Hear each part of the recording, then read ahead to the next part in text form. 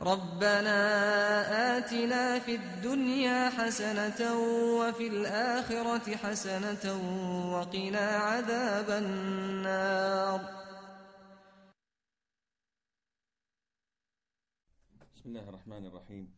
الحمد لله رب العالمين، وصلى الله وسلم وبارك على عبده ورسوله الأمين نبينا محمد وعلى آله وصحبه ومن اهتدى بهديه واستنى بسنته إلى يوم الدين. أما بعد، السلام عليكم ورحمة الله وبركاته. Allah the Almighty tells us in the Quran what translates to, and among His signs is this, that He created for you wives from among yourselves, that you may find repose in them. And He has put between you affection and mercy. Verily, in that are indeed signs for a people who reflect. By far, marriage is one of the greatest blessings of Allah the Almighty upon the people. And one of the greatest blessings in marriage, to find the proper spouse. The Prophet says, alaihi salatu wassalam, describing this blessing, the world is transient comforts, and the best of the comforts of this world is a righteous woman. And this goes without saying about the husband as well. So if a woman is fortunate in having a good man, then this is paradise on the earth for women. And likewise, for a man to have a good and righteous and loving wife, that would be his paradise on earth. Unfortunately, this is not the case. We all know that every woman knows that a husband can be hell and can be paradise. And likewise, a woman can be your nightmare and can also be your fantasy. And I was requested to speak about ways and means of increasing love between the spouses. But unfortunately, I need someone to give me a similar a class or to teach me this, because I was looking for this for a long time. But seriously, when you want to reach this level of increasing the love between you and your wife, or between you and your husband, this is of course for women. In this country, everything is possible. Now I'm talking about the normal Muslims. To have this, first of all, you cannot reach this level of love, and you cannot work on increasing it before going into the basics. And that is knowing your rights and knowing the obligations and duties that you have to do. Unfortunately, we all know our rights, yet we seem to neglect our duties and obligations. When you look at the rights and obligations of each party, you would find that the obligations and duties upon the woman are far greater than the duties and obligations upon the man towards his woman. But the woman has more duties and obligations towards her husband. Why is that? Well, there are many reasons and justifications. The easiest to say is this is what Allah Azza decreed, so we have to take it as it is. But if you go into some depth, you would find that a woman is instructed to focus on her husband and her family, and this is the only thing she is supposed to do, while the husband, on the other hand, has to focus on so many things. Among them is his wife and the family. So if a woman takes real good care of her husband, this can be her gateway to paradise. The Prophet ﷺ tells us in an authentic hadith that when a woman prays her 5 mandatory prayers and fasts Ramadan and obeys her husband, and fourthly, preserves her chastity, if she does these 4 things, she will enter Allah's paradise. Very easy. Well, while the man, on the other hand, has more than this. The man has to financially provide his family, his wife, so he has to work. The man has to attend 5 prayers a day in the masjid. The man has to make zakat for the whole family, as in zakat al-fitr and else and other obligation, financial obligations. He has to. It's his duty to take care of his mother and father. The wife, once she's married, she has only her family to obey and to look after. He has to give da'wah, he has to make amr ma'roof and nahy al-munkar, he has to make jihad, he has to mix with people, he has to be tolerant with people. While the woman is safe and sound, and her husband, all what she has to cope up with is the nastiness of her husband. The Prophet ﷺ illustrates to us the importance of a husband. And he says, and the hadith is narrated by Mu'adh ibn Jabal. Mu'adh ibn Jabal, may Allah be pleased with him, was the Prophet ﷺ messenger to Yemen. So he was his messenger to many places. When he went to Yemen, he saw how the Christians glorify their kings and how they treat them in a very honorable and sort of respectful way, to the extent that they prostrate to their kings when they greet them. So Mu'adh, when he came back to Medina, the first thing he did, he prostrated to the Prophet ﷺ, thinking that this is good. And the Prophet ﷺ immediately made him stand up and said, "What is this, Mu'adh? If I were to order someone to prostrate to someone, I would have ordered a woman to prostrate to her husband." So even the Prophet ﷺ would not allow this to himself, yet he said, had I ordered anyone to do this, I would have instructed a woman to prostrate to her husband, to make sujood to her husband. Why? Just to show us how important the status of a husband should be. The Prophet ﷺ also forbade a woman from fasting without the permission of her husband. And this is, in a sort, it shows you how huge the responsibility that lies on a woman's shoulders towards her husband. She is not allowed to fast voluntary fasting while he's in her house. Why? Because he may request or need something of her that she could not fulfill while she's fasting. Okay, he could tell me later on, I can break my fasting. No. You have to ask or seek his permission before you fast. Okay, I'm fasting for Allah. Yes, Allah knows this. But the husband's duty in this issue is more and prior to Allah's duty. So if it's not mandatory fasting, such as Ramadan, makeup of Ramadan, it falls under Ramadan. What kind of fasting, mandatory fasting there is? Ramadan. That's all. Expiations are mandatory. If someone makes nadhr, vows, also it's mandatory.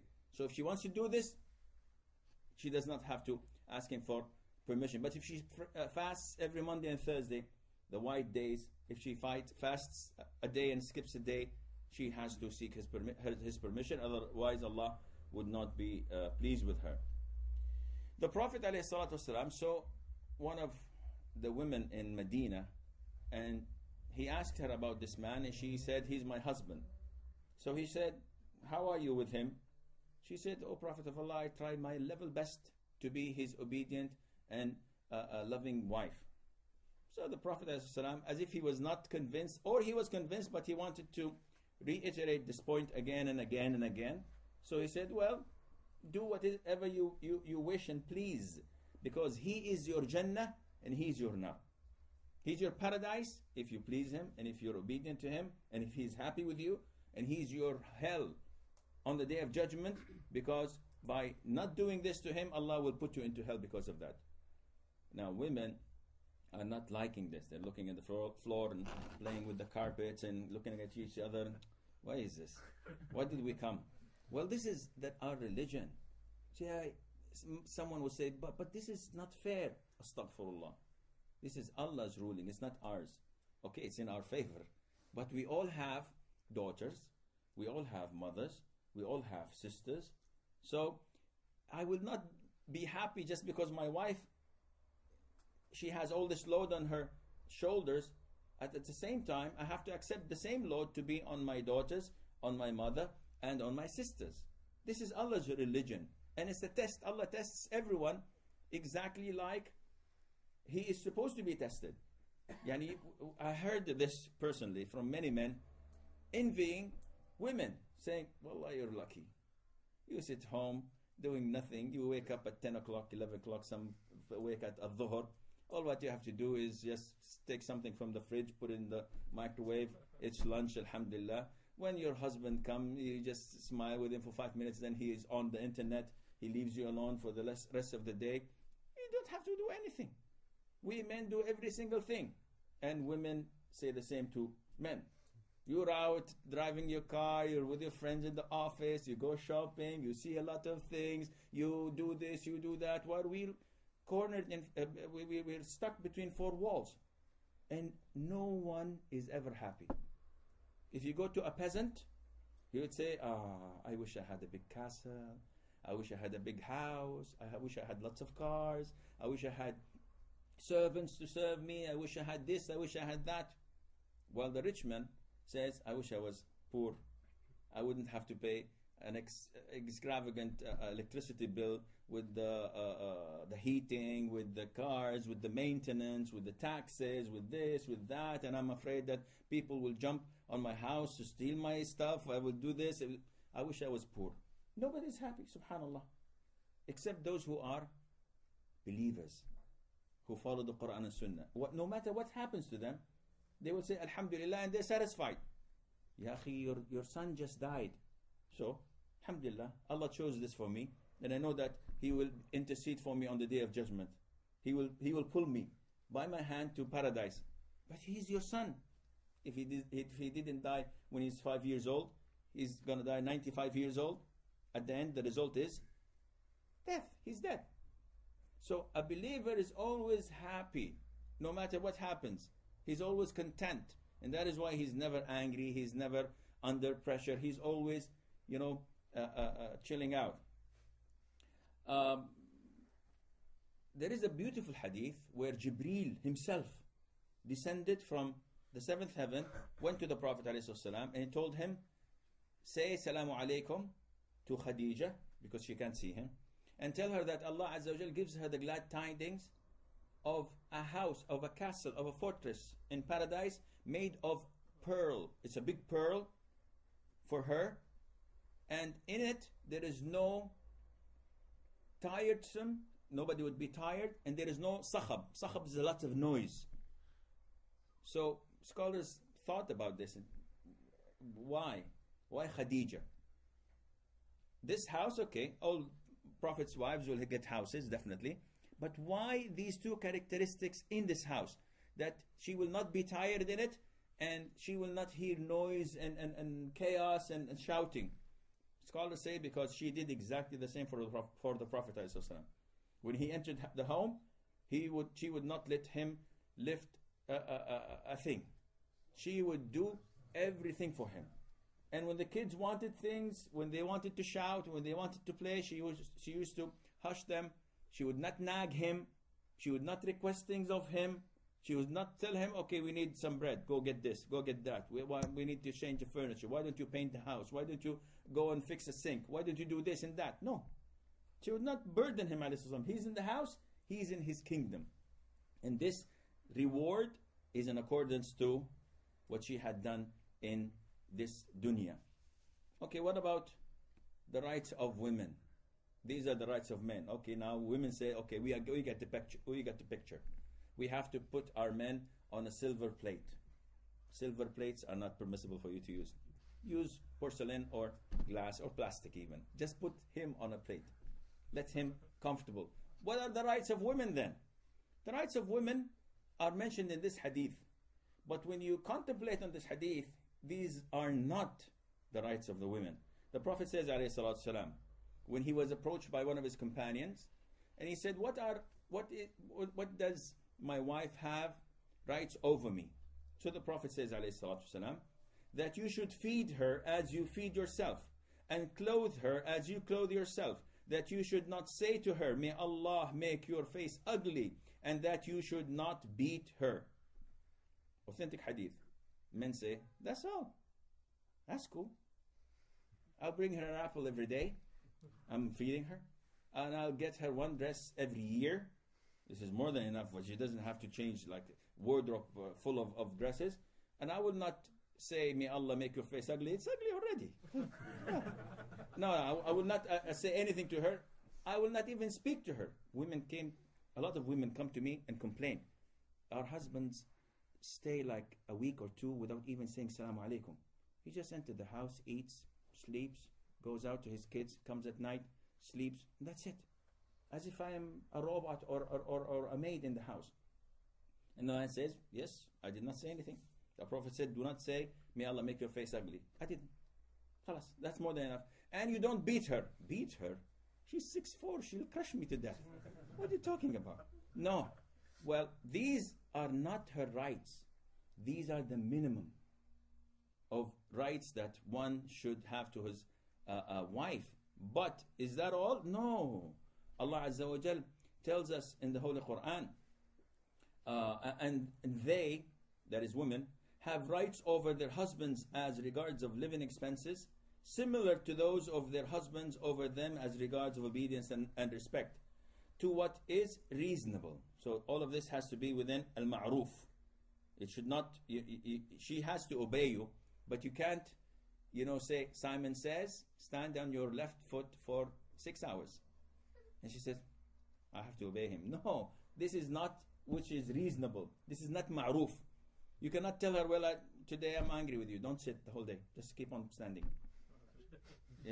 You don't obey me? Allah will take you to hellfire. No, this is not what is meant by obedience. This is dictatorship. So Allah tells us that we have an edge over women. But this edge is obedience, and we support them. We have to provide for them. This is the edge. And the Prophet ﷺ said, the best among you men are the best to their wives. So you want to see if someone is a real practicing Muslim, ask his wife. And I've seen a lot of people who pretend to be practicing. And their wives call me by phone. Wallahi, and they say, oh Sheikh, mashallah, my husband is a nice man, and he goes to the masjid, he attends circles, he travels to different cities to attend seminars, and he is participating in da'wah, he hands out leaflets, mashallah, he does this and does that. I said, mashallah, your husband is one of the companions of the Prophet ﷺ. She says, no, this is the bright side. And then she goes telling me the list of the bad things he does. And then you don't know is this Dr. Jekyll or Mr. Hyde. It's a split personality. With the people, mashallah, he's excellent. But with his wife, he is as bad as he can be. Astaghfirullah. And the Prophet tells us, the best among you is the best to his friends or his family, his wife. How can you be so humorous and happy and giggly when you're around your friends? With the minute you enter the house, khalas, mashallah, welcome to the dark side of the force. The guy is completely transformed. Why is that? What did they do bad for you? 17 years ago she said something disrespectful. What was it? I forgot, but who cares? It was disrespectful. This is not the dealing of the Prophet ﷺ at all. You have to support your wife. The Prophet says, feed her when you feed. So, Sheikh, I eat like 2 cheeseburgers every meal when people allow me, if they don't take that cheeseburger off me. But does this mean whenever I take 2 cheeseburgers, I have to give her 2 cheeseburgers as well? No. That means that she has to also have a full stomach. And Sheikh, I buy like 3 suits, Armani's, and 5 suits of this, and my Nike trainers and so on. Do I have to buy the same? No. It means that you have to provide her with the minimum clothing acceptable in her environment. You did not take her from a poor place. You took her from her father's house.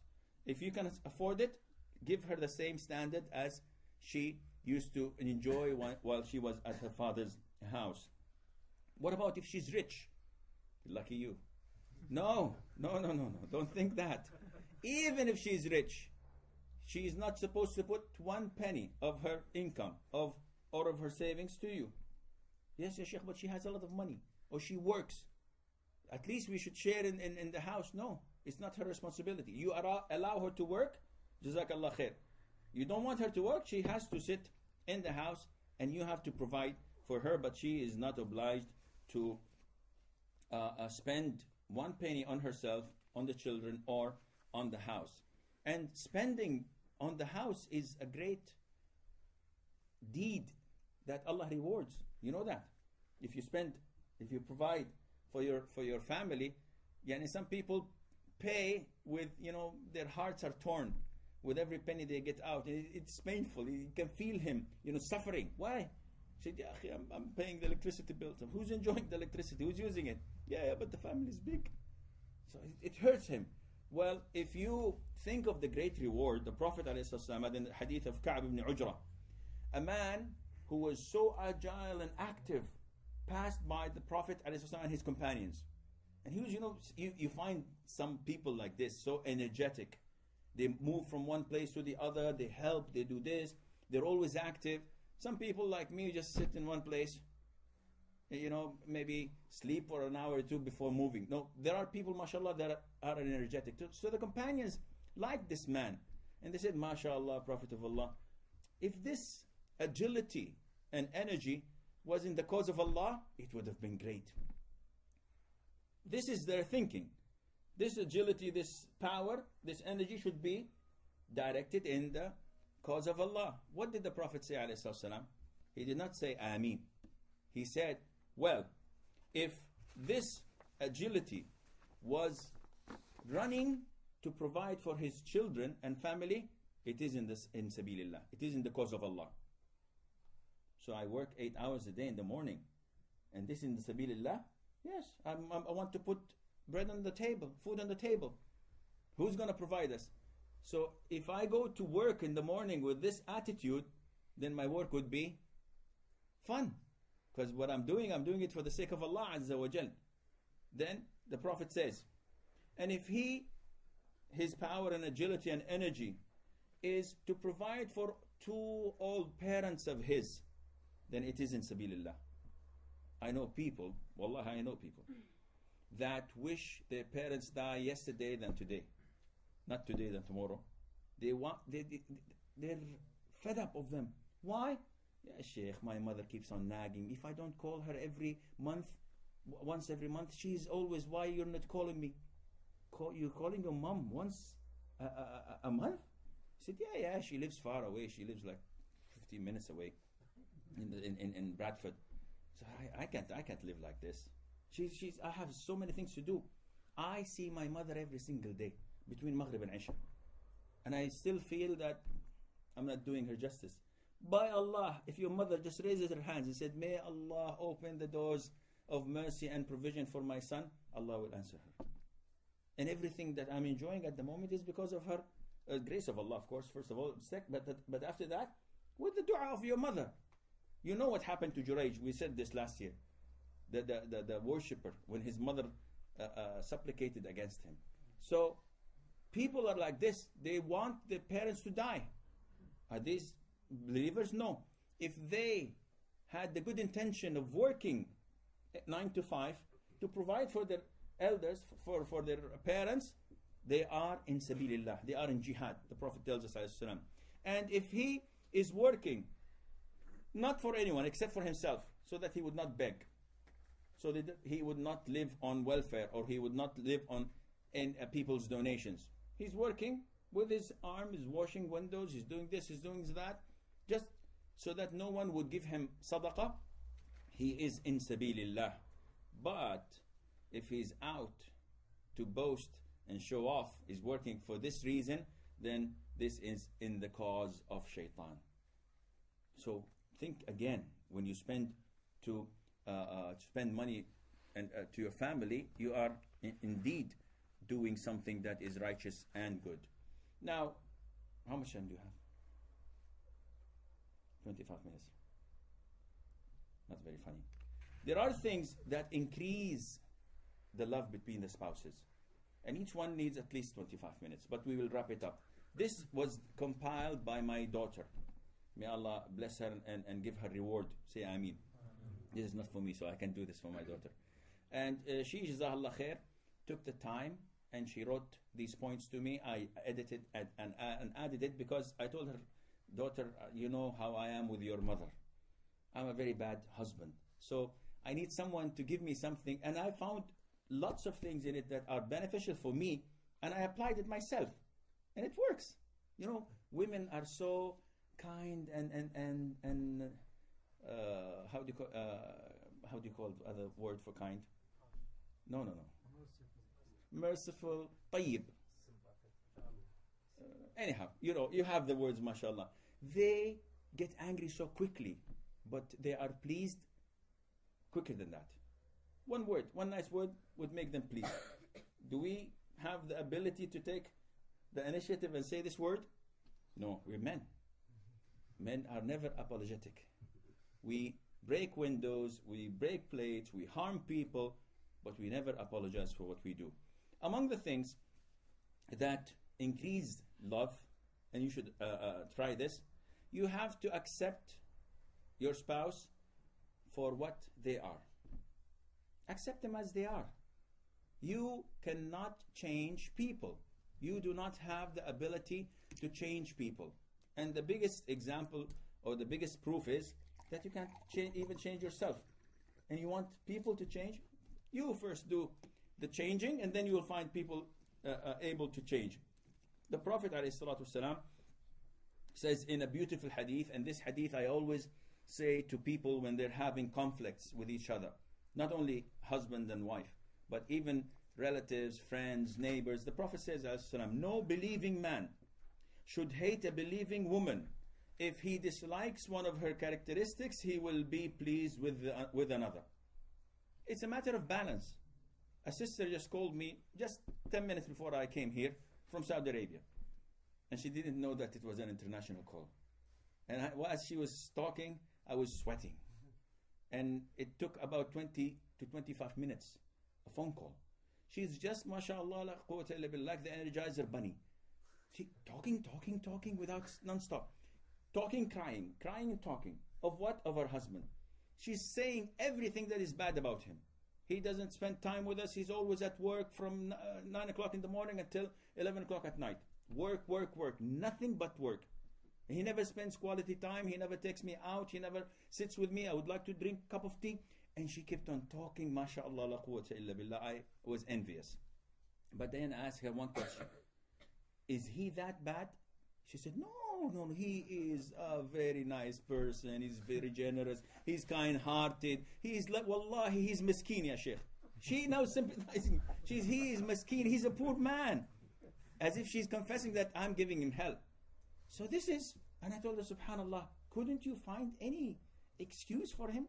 Who is he working for? And I told her that so many women are calling me, telling me that their husband does not have work, and they're supporting him, and they're complaining. And I have other women calling me, telling me that their husbands prevent them from going out of the house to visit their parents except once a month. And they live in the same neighborhood. The husband say, no, you don't go out. And this woman's husband is telling her, listen, go to your parents, go to your friends, go to your relatives, enjoy yourself. She says, no, I want him and him alone. So one of the greatest things that would increase your love to your spouse is to turn a blind eye. Look in the other direction. If you see something that is awful, always look at the bright side. I don't know if I can say this or not. I know someone who does this. He says that whenever his wife cooks food, it's always burnt or too much salt or uneatable, not good for human consumption. And he says, I come from the house, from my work to my house, shattered, beaten, tired, just, I want a good meal. And I sit down and I find this food and I take a bite and I find it from the first taste that it's not good. As if it's talking to me, don't eat me. And I take 2 or 3 more bites. And I drink water and I said, Alhamdulillah, may Allah Azza wa Jal reward you for the food. It was beautiful. And my wife, while I'm eating, she's looking at me from under the table. And when I finish and I say this, she says, liar. I said, what? I said, why do you lie to me? The food is awful. I cannot even eat it.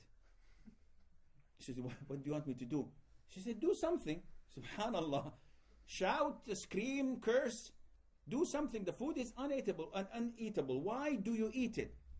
And he tells me that. He tells her, listen, my love, I don't take you out. And I know that you know your relatives their husbands take them out. I never take you to a restaurant for food. I never bring you flowers. I never buy you anything.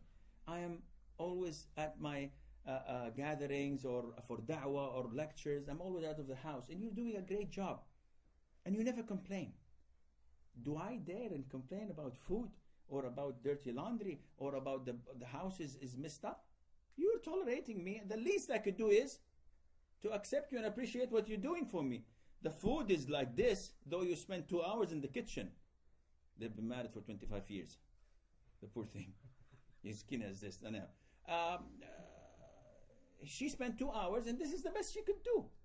So if you accept and tolerate the mistakes of your spouse, your life would be beautiful. This is the golden rule. Unfortunately, we're not like this. It's not us only. Umar ibn al-Khattab, may Allah be pleased with him. The story tells us, Yarhamukumullah. The story tells us that a man said, I went to the house of the Khalifa, Umar ibn al-Khattab, to complain of the rudeness and harshness of my wife's character.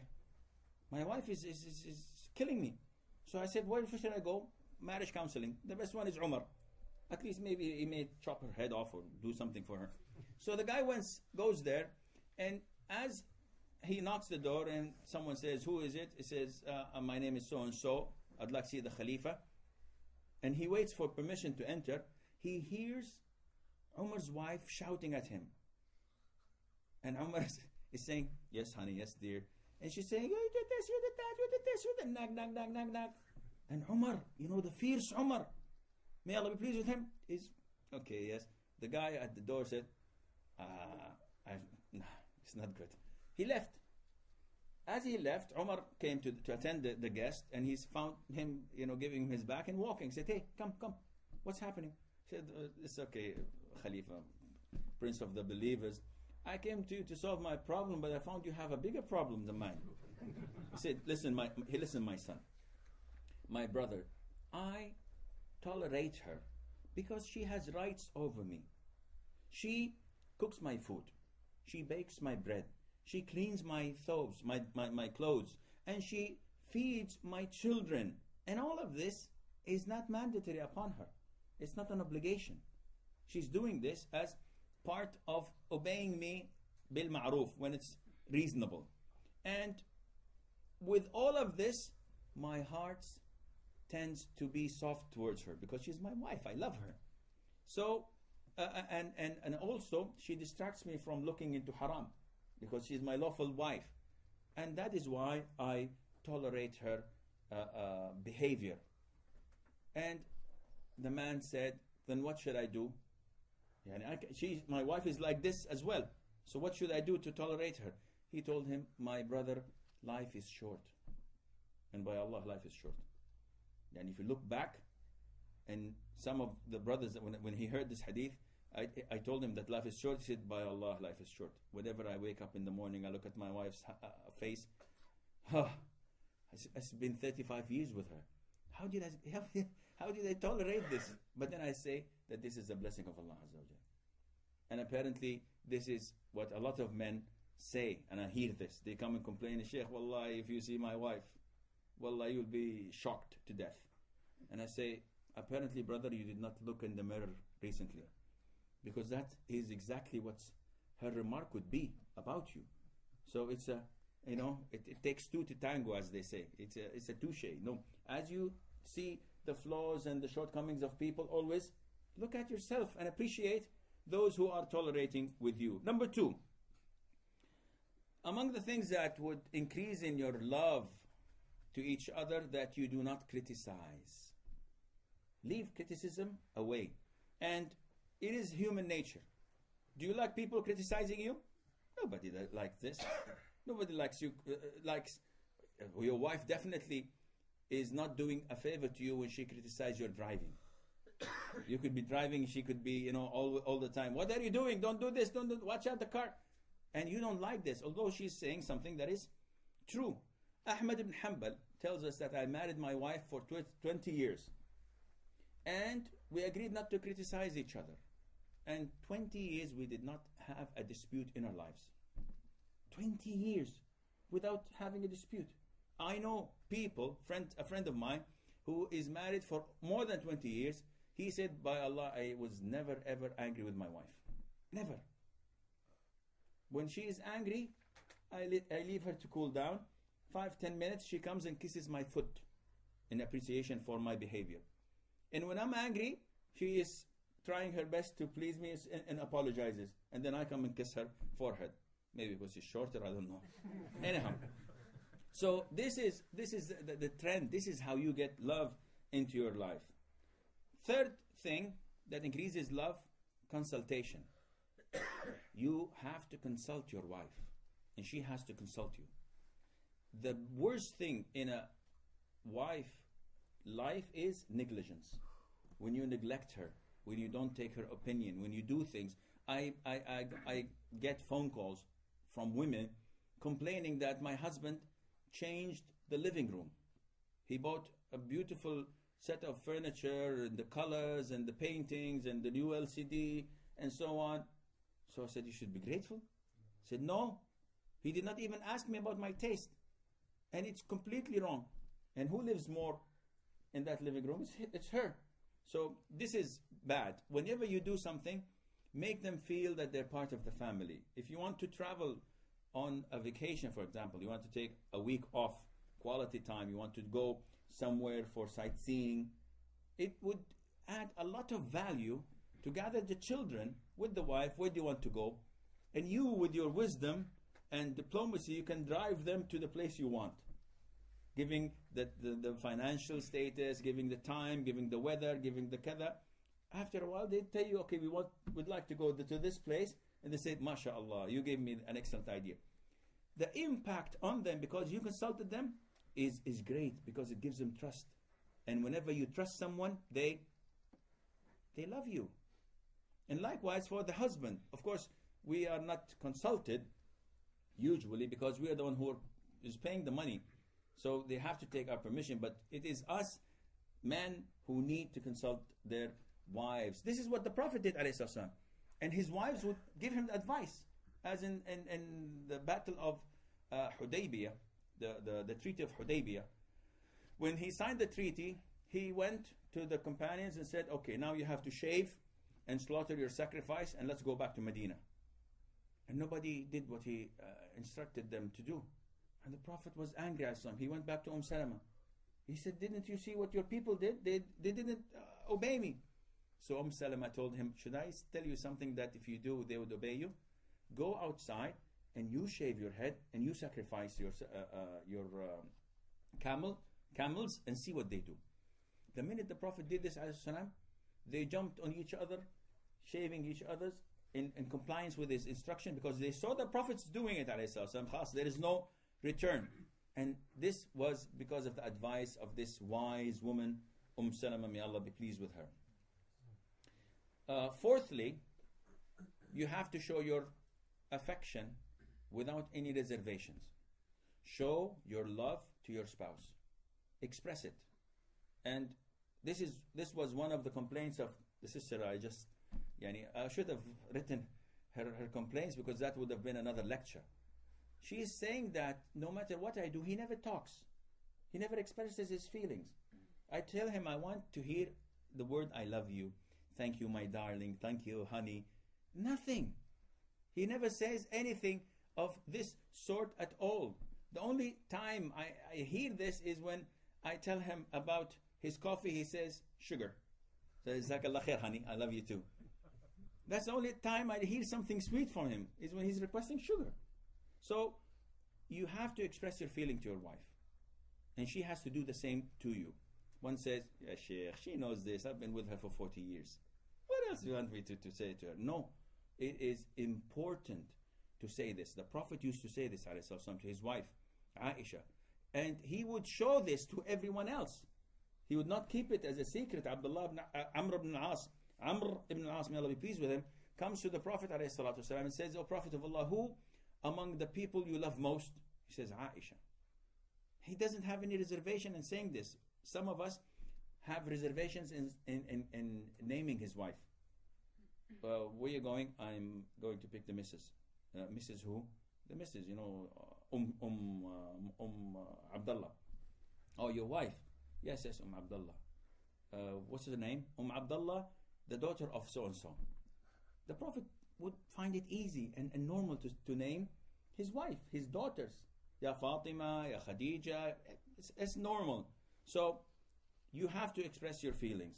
And she would express her feelings towards him and tells him that, I know that you love me most. And there's nothing to hide in this. Of course, he would not go to one of the other wives and say, you know that Aisha is number one, you guys are number two, number three, number four. No. But he would show everybody else that he loves her. To the extent that he would probably, and she says, when eating with the Prophet ﷺ, if she eats a piece of meat, he would take this meat and looks at the traces of her bite and bites from it. And if she drinks from a cup, he would go and put his lips where she had put her lips on that cup. This is beautiful love. It's like we do every day in our houses. When our wives give us the spoon they had eaten with, and what is this? It's dirty. Go wash it. Bring me something. Yeah, she said, I ate from it. She said, I know. What is this? Where's the hygiene? You crazy? It's all over you. This is wrong. A real husband, a real loving Muslim would enjoy eating with the same spoon, would enjoy eating in the same plate, would enjoy drinking from the same cup as show of his love to his wife. Number 5, among the things that increases love is playing. When was the last time you played, I wouldn't say Monopoly, it has dice, played anything that is Scrabble? We were in England, do as the English do. When was the last time you played Scrabble with your wife? When was the last time you went outdoors and played badminton, for example, together, or played the football, or played rugby? That's a good game. You know, that would be, it's fun. Why would I do this? One says. What happens if I see Sheikh Al-Albani playing with his wife? What a disgrace. No, it's not. The Prophet used to do it, alayhi salam. He did not do it once, he did it twice. Mother Aisha says that in one of the battles, one of the journeys with the Prophet told alayhi salam, the army to go and advance. And when him and her were left behind, he said, how about we race? She said, yeah, I'll take you. So she raced with the Prophet ﷺ, and she said, I was young and light, so I won the race. And few years later, the Prophet ﷺ did not forget this. And in another journey, he told the army to advance, but she said, I gained weight. After 4 or 5 years, I gained, khalas. People when they marry, they tend to get weight, to gain weight. So she said, yeah, I'll take you. And they raced, and the Prophet ﷺ won the race. And he said, touche, this one for that one. Now we're even. What kind of a prophet is he? He's the perfect human being, playing with his wife. A lot of the men nowadays, oh, shameful, playing with your wife. What is this? A kid or something?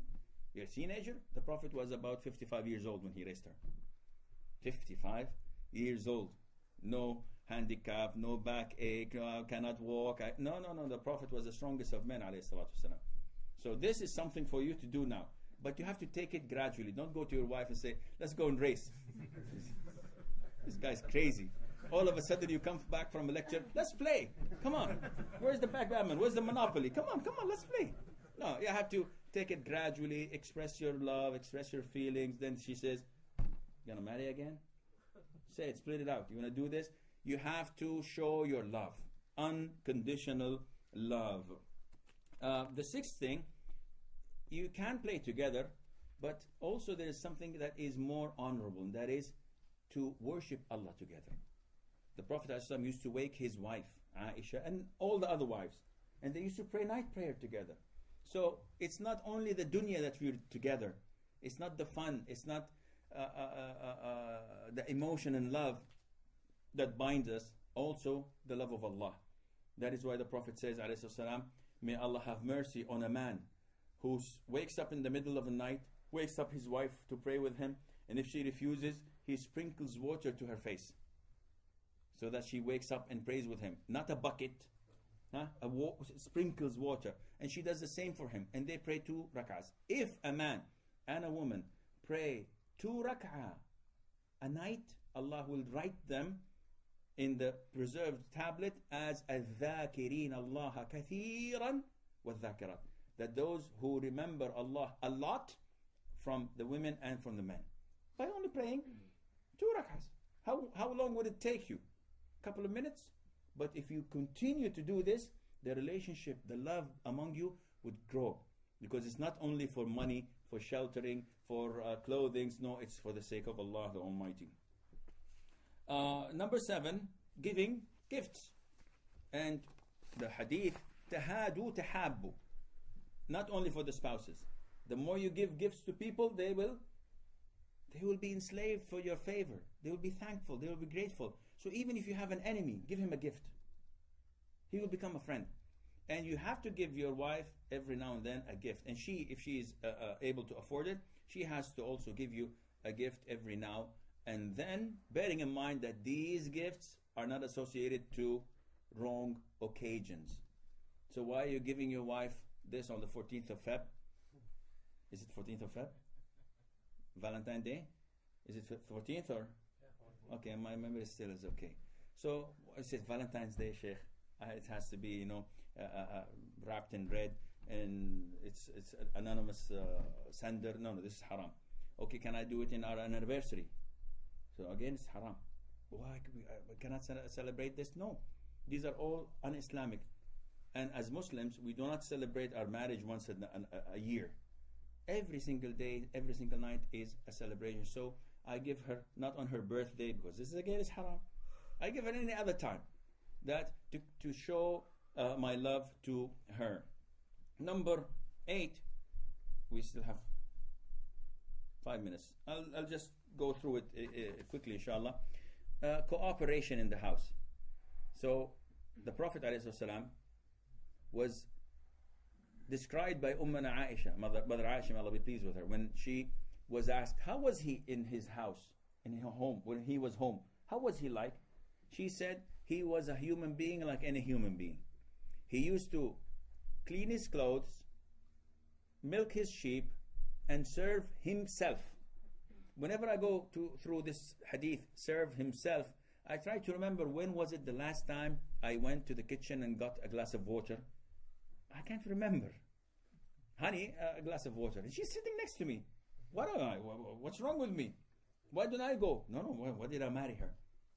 Go and get me this, go get me that, go get me this, go get me that. This is what I do. And this is wrong. You have to cooperate with your wife. I know a lot of good brothers, mashallah. They cook. And they're excellent cook. I've tried their cooking, mashallah. I know brothers that wash the dishes once or twice a week. I know brothers that do not want to burden their wives. They take the clothes and they take it to the laundry, get to be washed and pressed. Why? She said, alhamdulillah, I have money and I don't want to burden my wife. It takes a lot of time and effort from her side. So the more you do in the house, the more man you are. One says, no, washing the dishes, putting the apron on and singing while doing that? Come on, Sheikh. What is this? I'm a student of knowledge. Haram. This is not. No, it's not. The more you do this, the more a man you are. You become. Not only in the eyes of your wife, but in the eyes of yourself, because this humbleness is part of the Prophet's characteristic. Number 9, avoid selfishness. and this is very important. We men by nature are selfish. We're selfish. We love ourselves. We love our property. We love our cars. We love our wallets. We love our money. We love these are mine. So many times I've seen brothers, when they're served food, and one of the children, a child just goes to take something, hits him on the, why? He said, this is my food. This is your son. He said, this is my food. I'll give him whatever. Nobody touches my plate. No, this is not cool. You have to be tolerant. You have to be giving. You must not be selfish. Having said that, our target as a spouse should be to please my spouse. And if I do, and if I make this my target, life would be beautiful, because I'm not waiting for something in return. And this is one of the points that needs more explanation, but I'll just wrap it up. You have to give without waiting for return. Most of the problems that come to me from people who are generous and giving. But, and underline the but. Queen Victoria used to say, but me, no but. Whenever someone wants to, object, but, he said, no buts. The problem is that people who give a lot usually expect people to give them in return. And when they don't, hell breaks loose. Khalas, Ya Allah. That beautiful, kind, tolerant, giving, and generous woman turns into a lioness. What is a lioness? A lioness is called? The wife of a lion? I just made that up. Anyhow, she turns into a vicious monster, killing it. Why? She says, I gave, nobody gave me in return. Don't give, Habibti. Please, don't give. Do not give, and do not retaliate in such a fashion. Or give without expecting anything in return. And those who give without expecting anything in return are the richest people on earth.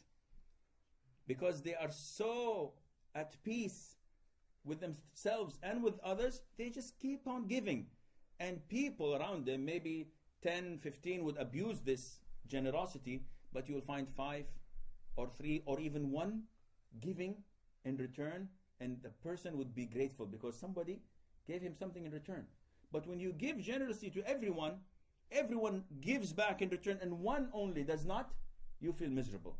Why didn't he give me? Yahi, all of those gave you. Yeah, but I'm expecting every single one. I have a record book to write down everything I did. Give without expecting anything in return. And finally, there are things that you should do when you have dispute with your spouse. First thing, communication. And the most of the problems that come to me are because of lack of communication. I think something about you, I don't talk, it builds up my memory, my imagination, my shaitan comes and puts fuel to the fire. You think also something against me, and the gap widens until it's no return. Khalas, divorce is imminent. Be able to forgive and forget. Don't live in the past. Something that happened and hurt you, throw it in behind you. Khalas, forget it, it's gone. Don't live in the ruins, because the only person would be harmed by this is you. And try to be the first to apologize. It's not a shame. It's not reducing your manhood to apologize when you do a mistake. The Prophet ﷺ tells us about the characteristics of the people of Jannah. He said, among the men, the prophets are in Jannah, Siddiq are in Jannah, the righteous are in Jannah, the martyrs are in Jannah, those who go and visit their brothers in Allah, not their siblings, their brother in Allah in a different city, only for the sake of Allah, are in Jannah. MashaAllah. Okay, what about women? The Prophet said, the women of Jannah are al-walud, al-wadud, al-a'ud. Al-walud is the one who gives birth to children.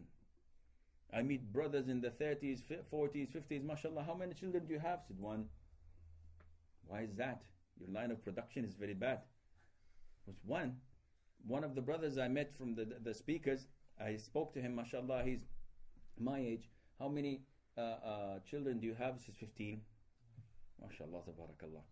One of the shuyukh, known as Mustafa al-Adawi, one of the hadith shuyukh, Egyptian guy, he's very famous in Egypt and elsewhere. He's, yani, mashallah, a good sheikh. He has 20. Yani 2 football teams. Wow, that's a lot. That's good. So the Prophet says, the women of paradise, their characteristics are, 1, they give birth to a lot of children. 2, they are kind, wadud, they are kind to their husbands. 4, a'ud, they benefit their husband. And finally, and the 4th one is that whenever her husband does her injustice, who's the aggressor? The husband. Whenever the husband does her injustice, she takes his hand and she says, by Allah, I would not sleep until you forgive me and you're pleased with me. He's the aggressor. But the Prophet tells us that the women of paradise are like this. So if she's doing this when she's the one who is oppressed, then how would she be when she is pleased and at good terms with her husband? And the list goes on, but I'm afraid that this is all the time we have. I pray to Allah Azza wa Jal that we benefit from this and we use these points to practice them and implement them in our lives. And not only this, but to teach our daughters as well, because our daughters are tomorrow's wives. So we have to teach our daughters the rights of our husbands over them, and we have to teach our children, our boys, the rights of their wives over them, so that when they get married, they are already prepared. Sallallahu wa sallam wa baraka ala nabiyina Muhammad.